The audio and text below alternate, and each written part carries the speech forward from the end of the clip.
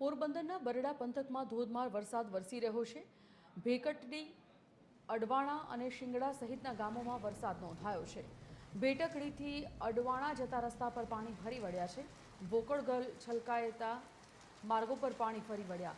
વરસાદી પાણીના પગલે ભેટકડી અડવાણાનો રસ્તો બંધ થઈ ગયો। વાડી ખેતરો પાણીથી તરબોળ થઈ ગયા છે।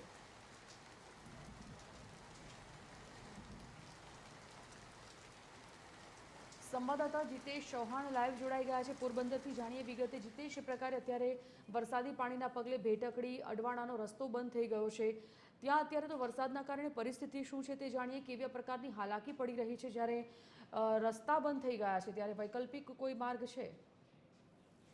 જી વાત કરીએ પોરબંદર જિલ્લાની તો આજ સવારના 6 થી લઈને બપોરના 12 વાગ્યા સુધીમાં સાર્વત્રિક 2 થી 3 ઇંચ જેટલો વરસાદ પડી ગયો છે। પોરબંદર શહેરમાં પણ 2 ઇંચ જેટલો વરસાદ પડી જતા સરકારી હોસ્પિટલના પીએમ પાસે પાણી ભરાયા હતા। ઉપરાંત ચોપાટી ગ્રાઉન્ડ સહિતના જે રસ્તાઓ છે ત્યાં પણ પાણી ભરાયા હતા। રાણાઓમાં પણ 1.5 ઇંચ જેટલો વરસાદ પડી ગયો છે।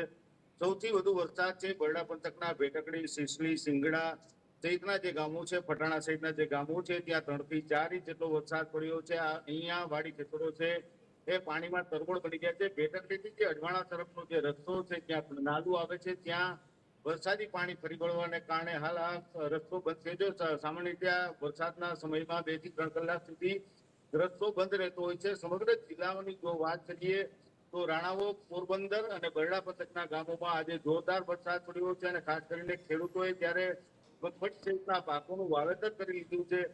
તેવા સંજોગોમાં અત્યારે આ વરસાદ આશીર્વાદ સમાન થઈ રહ્યો છે અને ખેડૂતોમાં પણ ખુશી જોવા મળી રહ્યું છે। જી સંજીવની, જાણકારી બદલ ધન્યવાદ।